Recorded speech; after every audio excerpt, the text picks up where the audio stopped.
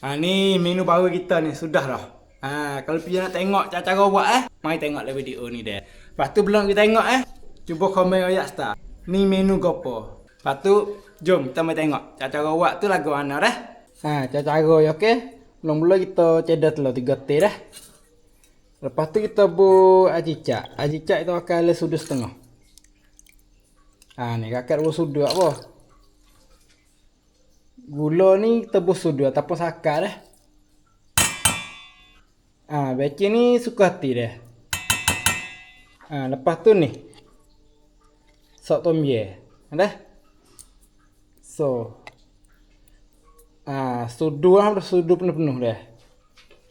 Lepas tu kita kucah. Kucah wis apa sok tom ye telur ni acu molek dah. Kita tak tahu sungguh nak tak nama menu gapo.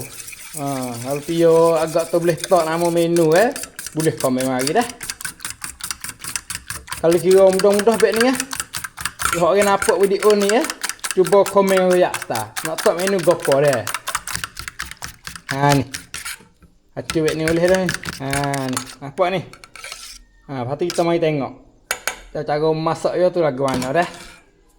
Mula-mula kali kita buh minyak masuk dulu dah. Sebab kita nak goreng sotong dulu dah.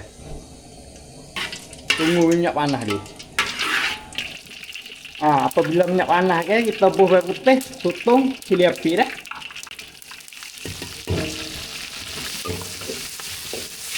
Goreng biasa sotong dengan cili ni masak dulu dah.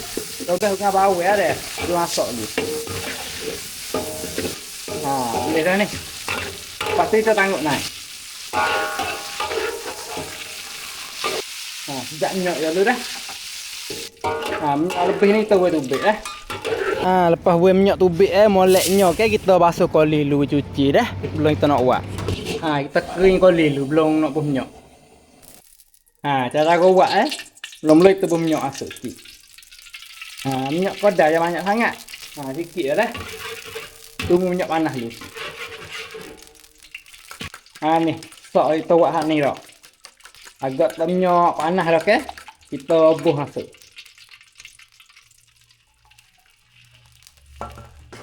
Lepas tu kopi lah tu ni.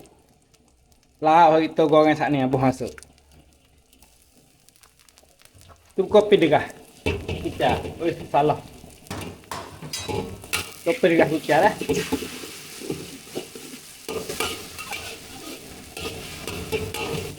Kocok dia dah. Jangan masuk sangat.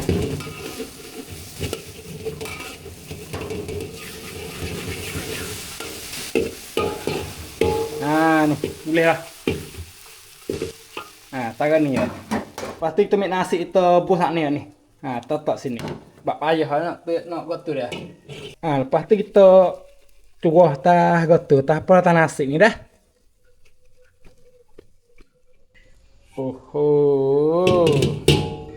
Nampak dah ni. Sudah menu baru kita dah. Telur gapo tak tahu nak panggil tak kena nak panggil. Lepas kalau pia atau boleh tak nama menu ni cuba tak kita start dah. Lepas tu pia nak terawat boleh dah. Tak faham gapo boleh komen dekat video ni dah. Kalau kita nampak gapo insya-Allah kita jawab dah. Terima kasih.